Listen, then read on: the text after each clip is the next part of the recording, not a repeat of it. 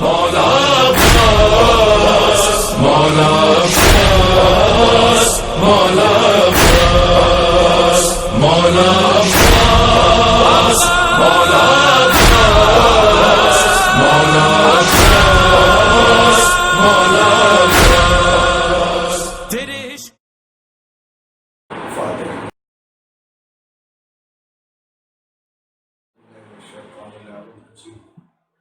بسم اللہ الرحمن الرحیم الحمد للہ رب العالمین والصلاة والسلام علی اشرف الانبیاء والمرسلین اما بعد قال اللہ تعالی فی کتابہ المبین وهو اصدق الصادقین قال اللہ بسم اللہ الرحمن الرحیم ان الدین عند اللہ الاسلام خدا ولی عالم نے اپنی پسندیدگی کا اظہار اس انداز سے کیا تو اس کے نزدیک اگر کوئی دین ہے تو بس وہ دین کی اسلام ہے۔ اگر کوئی انسان کسی کے پاس جاتا ہے تو اس کے مزاج کا اس کی پسند کا خیال ضرور رکھتا ہے کہ جس کے پاس ہم جا رہے ہیں کوئی ایسا عمل انجام نہ دیا جائے، کوئی ایسا کام نہ کیا جائے، کوئی ایسی چیز لے کر نہ جایا جائے جو اس کو ناگوار گزرے اور اسے وہ پسند نہ ہو۔ اور اگر یہی معاملہ کسی بہت بڑے انسان کا ہو اور بہت عہدے پر پہنچے ہوئے انسان کا ہو اور کسی عہدے مقدار سے ملاقات کے لیے جانا ہو تو وہاں اور اس چیز کی پابندی کی جاتی ہے کہ کوئی ایسا ہم سے فعل نہ انجام دیے ہو جائے کہ جس سے وہ ناراض ہو، یا ہماری زبان سے کوئی جملہ نہ نکل جائے کہ جس سے وہ ناراض ہو جائے اور اس کے مزاج پر وہ بات ناگوار گزرے اور بیکار گزرے۔ لہٰذا اس چیز کا خیال ہم معاشرتی زندگی میں یہ دیکھتے ہیں، اپنے سوسائٹی میں، اپنے سماج میں یہ دیکھتے ہیں، روزمرہ کی چیز ہے کہ ان چیزوں کا لحاظ رکھا جاتا ہے۔ تو جب ہمیں اس کی بارگاہ میں جانا ہے کہ جو ظاہر سی بات ہے کہ ہر شے کا خلق کرنے والا ہے، ہر چیز کا قدرت کرنے والا ہے، جس نے پوری کائنات کو پیدا کیا ہے، سارا نظام اسی نے خلق کیا ہے اور اسی کے اشارے پر یہ سارا نظام چل رہا ہے، جس کی شان یہ ہے کہ کن فیکون کی منزلوں میں ہے۔ وہ ایسا ہے کہ وہ ارادہ کرتا ہے، وہ شے عالم وجود میں تمام کی تمام مخلوقات جن کا انسان تصور کرتا ہے وہ سب اس نے پیدا کی، اور ابھی جن تک انسانوں کی رسائی نہیں ہو سکی ہے وہ تمام اس کی مخلوقات میں سے۔ تو دنیا ریسرچ کر رہی ہے، دنیا ابھی تلاش کر رہی ہے کہ دنیا کہاں تک ہے، لیکن ابھی تک احاطہ ممکن نہ ہو سکا دنیا کی بلندیوں کا، نہ دنیا کی گہرائیوں کا بھی کسی چیز کا اندازہ نہیں ہو سکا ہے۔ یہ تو انسان ابھی اس میں کوشاں ہے، لیکن جتنی چیزوں کا انسان احاطہ کر سکا ہے اور جتنی چیزوں کے بارے میں انسان کو معلوم ہو سکا ہے، ابھی اس سلسلے میں ریسرچ کر رہا ہے وہ انسان کہ اس کی تخلیق کیسے ہوئی، اس کی اصل کیا ہے اور اس کے پیچھے کے معاملات کیا ہیں، تمام کی تمام چیزوں پر اس کی نظر ہے کہ وہ دیکھ رہا ہے، وہ غور کر رہا ہے۔ جب ابھی انسان تمام کی تمام مخلوقات کو ہی نہیں سمجھ پایا تو ظاہر سی بات ہے جو خالق کائنات ہے اس کو پہچاننا اور اس کو سمجھنا یہ انسان کے لیے مشکل ہے۔ یہی وجہ ہے کہ سرکار ختم مرتبہ حضرت محمد مصطفیٰ صلی اللہ علیہ وآلہ وسلم نے ارشاد فرمایا کہ خدا کو نہیں پہچانا مگر سوائے میرے اور علی کے۔ تو اب ایک اصول مل گیا، ایک ذریعہ مل گیا کہ خدا کو کسی نے نہیں پہچانا ہے سوائے سرکار ختم مرتبہ۔ اس کا مطلب یہ ہے کہ اب اگر ہم خدا کو پہچاننا چاہتے ہیں تو ہمارے پاس ایک بہترین ذریعہ موجود ہے، اور وہ ذریعہ ذات پیغمبر ہیں، اور وہ ذریعہ ذات امیر المومنین علیہ السلام ہیں جن کے ذریعے سے ہم خدا کو پہچان سکتے ہیں۔ پھر بات یہ نہیں رکتی بلکہ پھر نبی نے ارشاد فرمایا کہ اور مجھے نہیں پہچانا مگر سوائے خدا کی اور علی کی، اور پھر امام نے سرکار نے ارشاد فرمایا کہ اور علی کو نہیں پہچانا مگر سوائے خدا ان کے اور میرے۔ اس کا مطلب یہ ہے کہ خدا کو جاننا ہے، خدا کو پہچاننا ہے تو یا تو نبی سے رابطہ کرو یا علی سے رابطہ کرو، نبی کو پہچاننا ہے تو علی سے رابطہ کرو اور خدا سے رابطہ کرو، علی کو پہچاننا ہے تو نبی سے رابطہ کرو اور خدا سے رابطہ کرو، بغیر ان کے وسیلے کے پہچاننا ممکن نہیں ہے۔ اور جہاں تک خدا کو پہچاننے کا مسئلہ ہے، بغیر معرفت کی اگر عبادت کی جاتی ہے تو ظاہر سی بات اس عبادت کی کوئی حیثیت نہیں ہوتی، اسی لیے کہ معرفت کے ساتھ عبادت کرو۔ جس کی عبادت کی جا رہی آیا ہم اس کی معرفت رکھتے بھی یا نہیں رکھتے۔ تو خدا کو پہچاننے کے لیے کیا کس طریقے سے پہچانا جائے، کیسے ہم خدا تک پہنچ سکتے ہیں، تو اس کے لیے مولا کائنات کے ذریعے سے جو سرکار ختم مرتبہ کی حدیث ہم تک پہنچی، آپ نے ارشاد فرمایا کہ من عرف نفسہ فقد عرف ربہ، جس نے اپنے نفس کو پہچان لیا، جس نے اپنی ذات کو پہچان لیا، اس نے رب کو پہچان لیا۔ اس کا مطلب یہ ہے کہ اصول یہ بنا دیا گیا ہے کہ اپنے ذریعے سے خدا تک پہنچو، اور یہ عام طور سے بات کہی جاتی ہے کہ نہیں ہم تو براہ راست خدا کو پہچاننے والوں میں سے ہیں۔ تو عزیز یاد رکھیے، سوائے اس کے کہ یہ ایک آئی واش ہے اور کچھ بھی نہیں، یہ صرف یہ ایک دھوکہ ہے جو انسان خود اپنے آپ کو دے رہا ہے۔ جب انسان ابھی اپنے آپ کو نہیں پہچان پایا تو خدا کو کیا پہچانے گا، کس اللہ سے پہچان سکتا ہے؟ تو جو حدیث سرکار کی ہم تک پہنچی ہے امام کے ذریعے سے، وہ یہ ہے کہ من عرف نفسہ فقد عرف ربہ، پہلے اپنے نفس کو پہچانو، جس نے اپنے نفس کو پہچان لیا اس نے رب کو پہچان لیا۔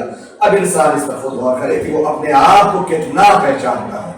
جتنا وہ اپنے آپ کو پہچانتا ہے اتنا زیادہ اس کو وہ اپنے آپ کو پہچاننا اس کے لیے معاون ثابت ہوگا خدا کو پہچاننے میں۔ اب انسان اپنے آپ کو اپنے نفس پر غور کرے تو صحیح معنوں میں انسان ابھی اپنے نفس کے بارے میں ہی نہیں جانتا کہ اس کا نفس جسم کے اندر موجود ہے لیکن دکھائی نہیں دیتا۔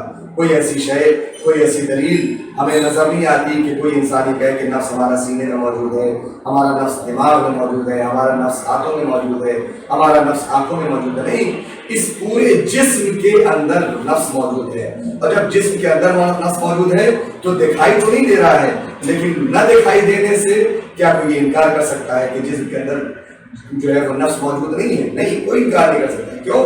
اس لیے کہ جسم کی حرکات و سکنات اس بات کی طرف دلالت کر رہی ہیں کہ انسان کے اندر نفس موجود ہے۔ بس عزیزو، جب جسم انسانی دلالت کر رہا ہے اس بات پر، اس جسم انسانی کے حرکات و سکنات اس بات پر دلالت کر رہے ہیں کہ اس کا نفس اس کے اندر موجود ہے، اسی طریقے سے یہ کائنات کا نظام اس بات کی دلالت کر رہا ہے کہ کوئی نفس کائنات ہے جو کائنات کے اندر موجود ہے۔ اگر وہ دکھائی نہیں دے رہا ہے تو کائنات کے آنے والے روز و شب کو نگاہوں میں رکھو، وہ اس کا وجود خود بخود سمجھ میں آتا چلا جائے گا۔ پھر ظاہر سی بات ہے کہ انسان دیکھتا ہے تو اب یہ نفس جسم کے اندر موجود ہے، اور نفس سے جسم کا اتنا گہرا رابطہ ہے کہ جیسے ہی سر کو چوٹ لگتی ہے تب بھی نفس کو فوراً احساس ہوتا ہے، ہاتھوں کو چوٹ لگتی ہے تب بھی فوراً احساس ہوتا ہے، آنکھوں کو چوٹ لگتی ہے تب بھی فوراً احساس ہوتا ہے، پیروں کو چوٹ لگتی ہے تب بھی فوراً احساس ہوتا ہے۔ ایسا تو نہیں ہوتا کہ انسان یہ کہے کہ نہیں آج میرے ہاتھ کو چوٹ لگی ہے تو فوراً احساس ہو گیا اور پیروں کو چوٹ لگی تو تھوڑی دیر بعد احساس نہیں۔ اس کا مطلب یہ کہ نفس کا رشتہ ہمارے جسم سے برابر کا ہے۔ بس جیسی نفس کا رشتہ ہمارے جسم کے ہر عضو سے برابر کا ہے، ویسی نفس کائنات کا حصہ اس کائنات کی ہر مخلوق سے برابر کا ہے۔ جس کی بھی ضرورت ہوتی ہے اس نفس کائنات کے ذریعے سے وہ ضرورتیں پوری کر دی جاتی ہیں۔ اور اسی کے برعکس، اسی کے آگے آپ دیکھیں کہ انسان چونکہ نفس دکھائی نہیں دے رہا تو کیسے پہچانے گا؟ نفس کے حرکات و جسم کے حرکات و سکنات کے ذریعے سے انسان یہ پہچان سکتا ہے کہ اس کا نفس موجود ہے جسم کے اندر، جو جسم کو زندہ رکھے ہوا ہے۔ بس اگر دکھائی نہ دے تو اس کے وجود سے انکار نہیں کیا جا سکتا۔ یہی معاملہ یہاں بھی ہے کہ اگر نفس سے کائنات دکھائی نہیں دے رہا ہے تو اس کے وجود سے انکار نہیں کیا جاتا، بلکہ یہ چاند کا نکلنا، یہ سورج کا طلوع ہونا، یہ رات کے بعد دن کا اور دن کے بعد رات کا آنا، یہ ہواؤں کا چلنا، یہ کائنات کی ہر مخلوق کا اپنے اپنے عمل کو انجام دینا اس بات پہ ہے کہ کوئی نفس کائنات ہے جو اس کائنات کو چلا رہا ہے، اور ایسا منظم چلا رہا ہے کہ جس نے جو شے جہاں رکھ دی ہے وہیں پر موضوع معلوم ہوتی ہے۔ اگر وہاں سے ہٹا دیجیے تو وہ شے معلوم ہوگا آپ کو کہ وہ شے کسی اور جگہ کے لیے خلق ہی نہیں کی گئی ہے، اس کائنات کے مالک کا اور اس کائنات کے خالق کا عظیم کارنامہ ہے جو ہمارے نگاہوں کے سامنے ہے۔ اور ظاہر سی بات ہے کہ اب نفس تو ظاہر ہے کہ نفس کے ذریعے سے انسان پہچانا جاتا ہے، اب نفس کے ذریعے سے انسان خدا تک پہنچ سکتا ہے۔ خدا کو پہچاننا ہے تو انسان اپنے نفس کو پہچانے۔ اب اگر کسی کا نفس اتنا بلند ہو جائے، کسی کا نفس اتنا پاکیزہ ہو جائے، کسی کا نفس اتنا اعلیٰ ہو جائے کہ جس کا کوئی خریدار ہو، اور وہ خریدار بھی بندوں میں سے نہ ہو بلکہ وہ خریدار خالق کائنات۔ کیوں؟ اس لیے کہ عظیم مرحلہ ہے، نبی کو ہجرت فرمانا ہے، نبی نے علی کو طلب کیا اور آپ نے ارشاد فرمایا علی میرے بستر پر سو جاؤ۔ نبی نے کے اس فرمان پر علی نے عجیب جملہ ارشاد فرمایا، مولا فرماتے ہیں یا رسول اللہ میرے سو رہنے سے کیا آپ کی جان بچ جائے گی؟ بس یہ سننا تھا کہ سرکار نے ارشاد فرمایا ہاں تمہارے سو رہنے سے میری جان بچ جائے گی۔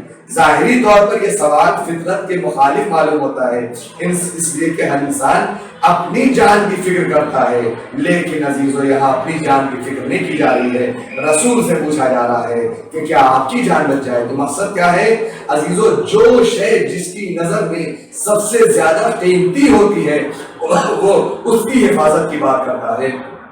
ہم اپنے نفسوں کی حفاظت کی بات کرتے ہیں، علی ذات رسالت کی حفاظت کی بات کر رہے ہیں۔ گویا علی نے بتلا دیا کہ میرا نفس قربان ہے رسول کی ذات اقدس پر، اسی لیے میں نے یہ سوال کیا کہ میرے سور رہنے سے کیا آپ کی جان بچ جائے گی۔ یہ سوال کوئی معمولی سوال نہیں تھا، یہ وہ سوال تھا کہ جس کے ذریعے سے علی کے عزم اور حوصلے کا اعلان ہو گیا اور یہ پتہ چل گیا کہ علی کا منشا کیا ہے، علی چاہتے کیا ہے۔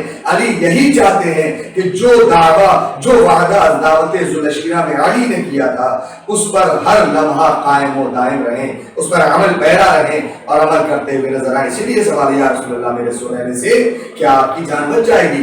نبی نے فرمایا بے شک تمہارے سو رہنے سے میری جان بچ جائے گی۔ رات کی تاریکی ہے، نبی کو کفار قریش نے گھیر رکھا ہے، کیوں؟ اس لیے کہ آج نبی کو قتل کرنے کے ارادے سے سب آئے ہیں۔ اور آپ دیکھیں کہ کیا کس طریقے سے ایسی دلیل قائم کی گئی ہے اور ایسا پروپیگنڈا بنایا گیا ہے کہ جس میں کوئی قبیلہ ایسا نہ ہو جو یہ کہہ سکے کہ ہمارے ہاتھ محمد کے خون سے رنگین نہیں ہے۔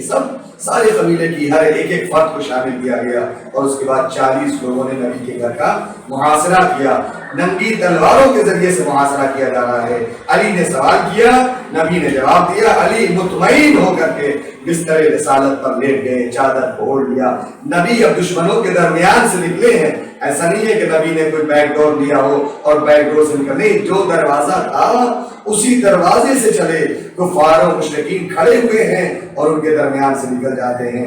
تو کیا کفار و مشرکین کے درمیان سے جو نبی جا رہے ہیں تو کیا کفار و مشرکین نے آنکھیں بند کر رکھی ہیں؟ نہیں، آنکھیں کھلی ہوئی ہیں، لیکن قسم خدا کی یہ مشیت الہی ہے کہ اللہ جب اپنے حبیب کو، اپنے بندے خاص کو، اپنے بھیجے ہوئے رسول کو بچانا چاہتا ہے، اپنے نائب کو بچانا چاہتا ہے، اپنی جانب سے بھیجے گئے رہبر کو بچانا چاہتا ہے، تو اس کا طریقہ یہی ہوتا ہے کہ وہ دشمنوں کی آنکھوں پر پردے ڈال دیا کرتا ہے۔ نبی دشمنوں کے درمیان سے نکل گئے لیکن دشمنوں کا احساس نہ ہوا۔ عزیزوں، کوئی بھی واقعہ صرف واقعے کے لیے نہیں ہوتا بلکہ اس کے ذریعے سے دلیل بھی قائم کی جاتی ہے۔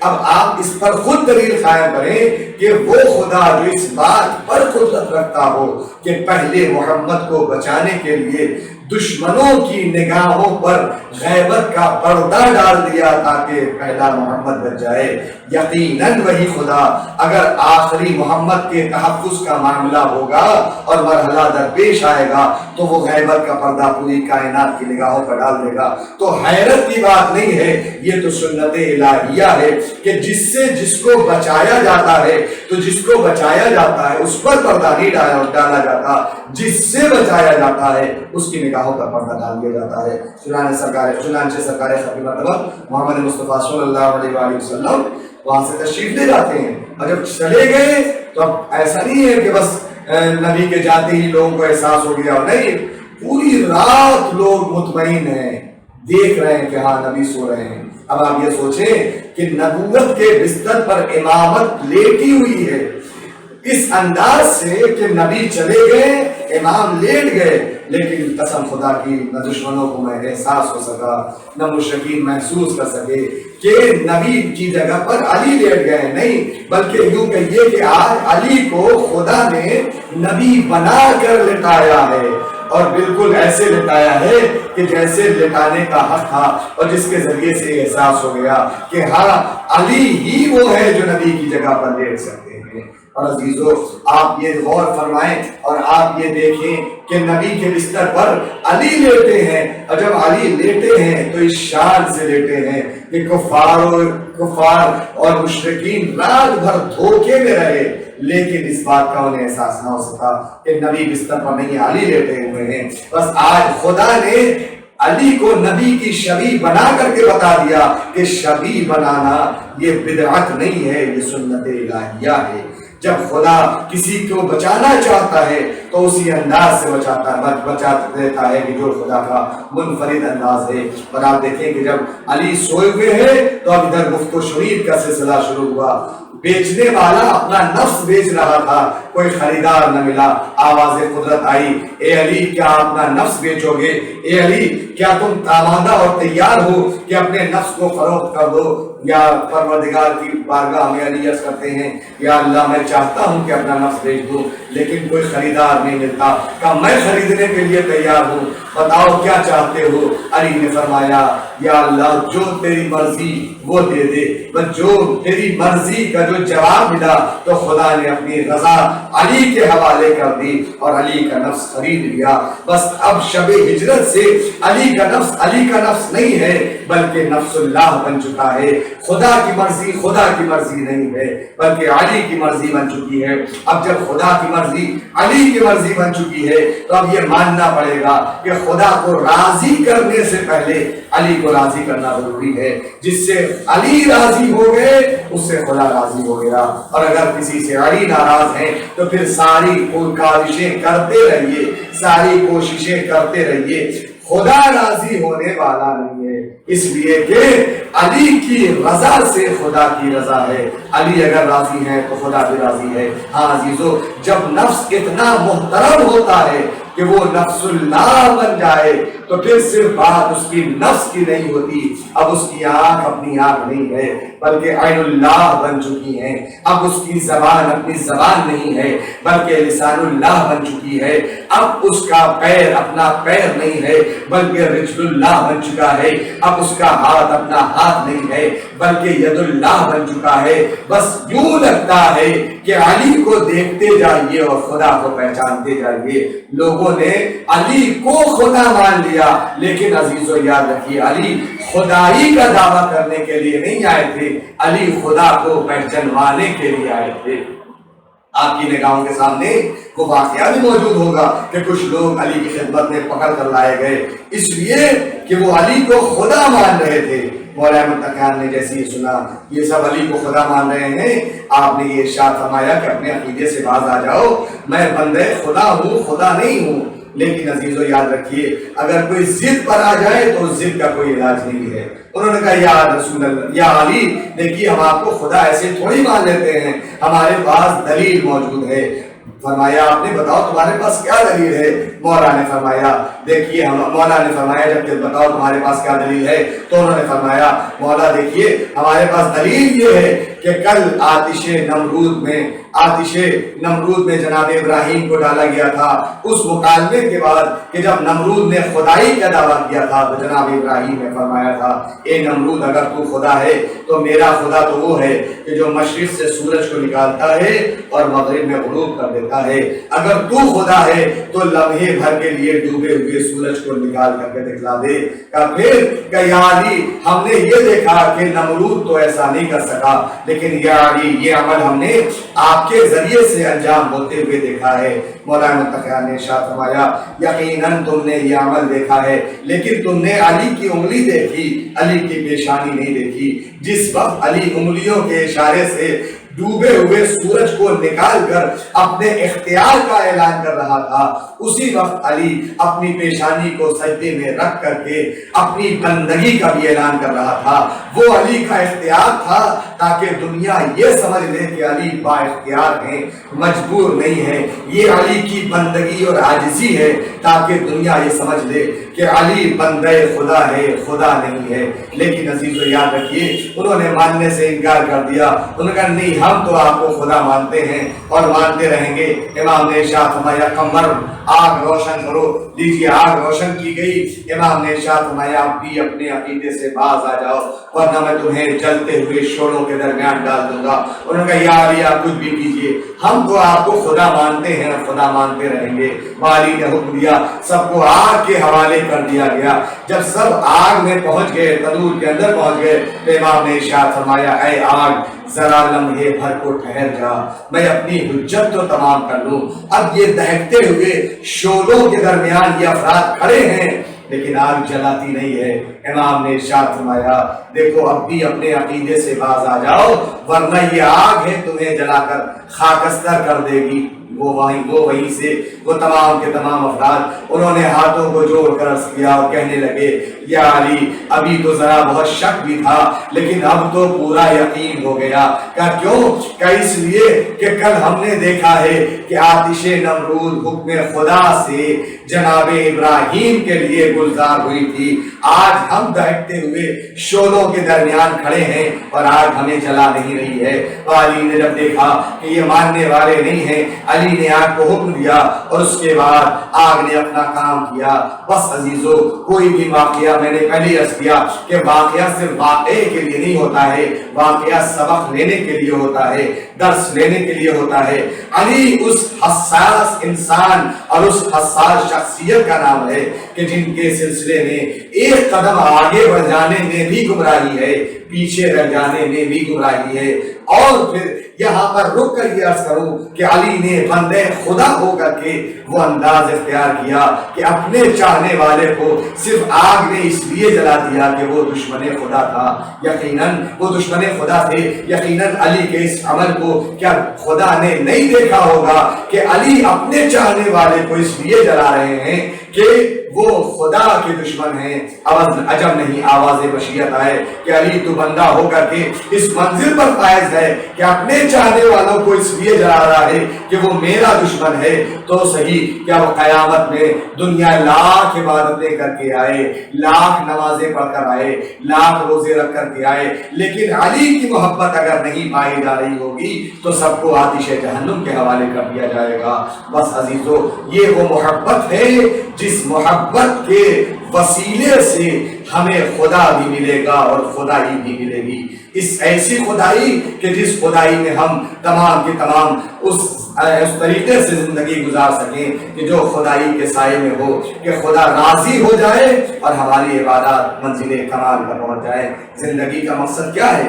زندگی کا مقصد یہی تو ہے کہ اگر ہم سے خدا راضی ہو گیا تو زندگی کا مقصد کامیاب ہے، اور اگر خدا نخواستہ ہم سے خدا راضی نہیں ہے تو پھر زندگی ہماری بیکار ہوتی ہوئی نظر آئے گی۔ بس عزیزو، یہ ایام بڑے قیامت کے ایام ہیں، اس لیے کہ یہ اسی محبت اور اسی مودت کے ذریعے سے، اسی مودت اور محبت کے نتیجے میں ان ایام میں ہم عزاداری امام حسین کر رہے ہیں کہ چونکہ ہم ان سے محبت کرتے ہیں، ہم ان سے مودت اختیار کیے ہوئے ہیں، لہٰذا اسی کا اظہار ہے کہ جب ان کے اوپر مصائب و آلات آئے گئے تو ہم بھی مغموم ہیں، ہم بھی رنجیدہ ہیں، ہم بھی پریشان ہیں۔ ہاں عزیزو، کون ہے جو میدان کربلا میں منزل شہادت پر جا رہا ہے؟ صبح عاشور سے آپ دیکھیں تو عصر عاشور تک کبھی حبیب میدان میں جاتے ہیں، کبھی زہیر جاتے ہیں، کبھی مسلم ابن اوسجہ جاتے ہیں، کبھی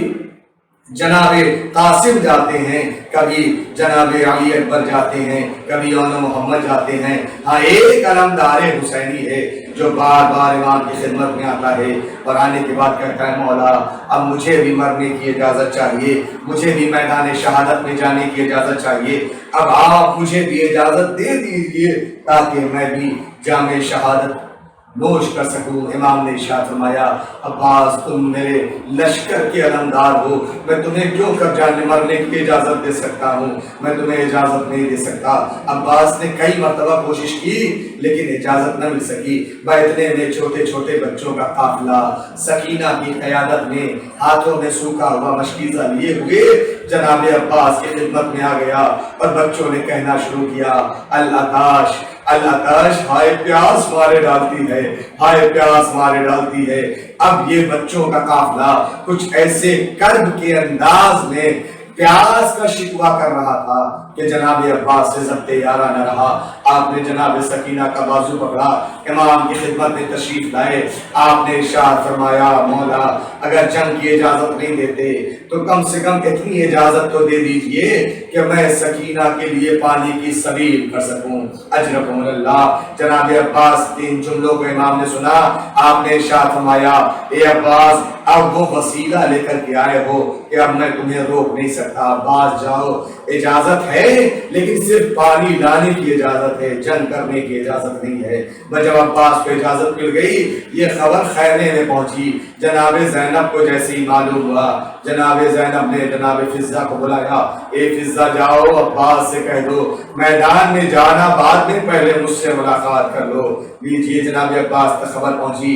جناب عباس لرزتے ہوئے قدموں سے جناب زینب کے قریب پہنچے، دو زانو ہو کر کے بیٹھے، ہاتھوں کو جوڑا، اے شہزادی فرمائیے آپ نے ہمیں یاد کیا ہے کہ میں نے سنا ہے تم میدان میں جا رہے ہو۔ کہاں شہزادی، آقا نے اجازت دی ہے لیکن صرف پانی لانے کی اجازت ہے، جنگ کرنے کی اجازت نہیں ہے۔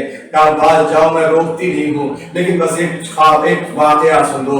میرے بچپنے کا عالم تھا، میں اپنے بابا کے آغوش میں بیٹھی ہوئی تھی، بیٹھے بیٹھے میرے بازوؤں سے ردا سرک گئی۔ ردا کا سرکنا تھا کہ میرے بابا نے میرے بازوؤں کے بوسے لینا شروع کیے۔ میں نے پوچھا اے بابا ان بازوؤں کے بوسے کیوں لے رہے ہو؟ بابا نے کہا تھا اے زینب ایک دن ایسا آئے گا جب ان بازوؤں میں رسن باندھی جائے گی۔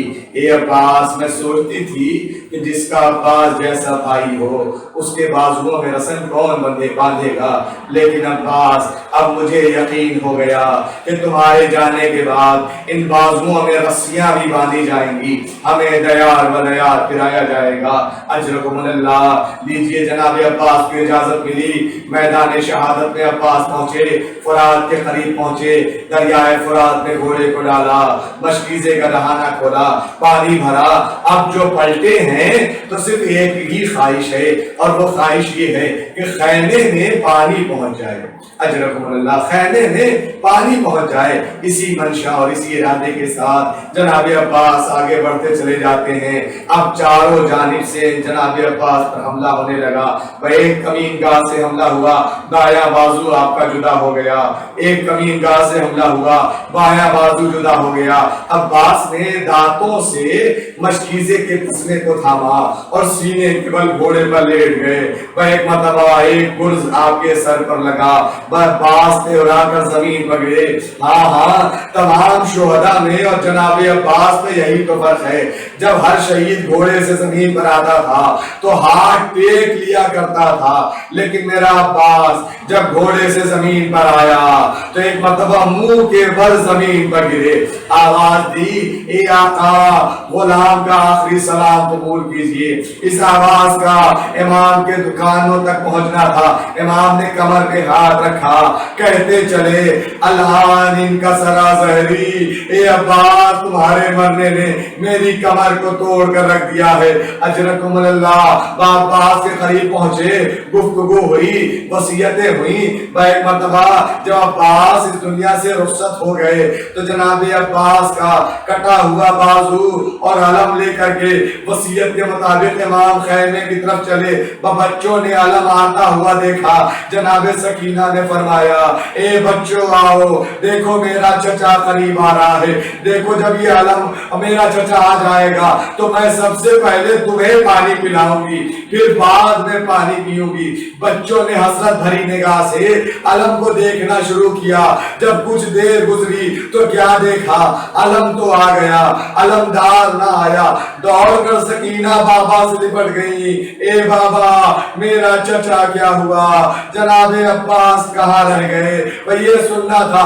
امام نے ارشاد فرمایا اے بیٹا چچا کا انتظار نہ کرو، چچا کے بازو دریا کنارے کاٹ دیے گئے، تمہارے چچا جام کوثر ساقی کوثر کے ہاتھوں سے پیئیں گے، اے بیٹا اب انتظار نہ کرنا۔ مرتبہ سکینہ نے دریائے فرات کا رخ کیا، آواز دی اے چچا واپس آ جاؤ، اب میں سوال آپ نہ کروں گی۔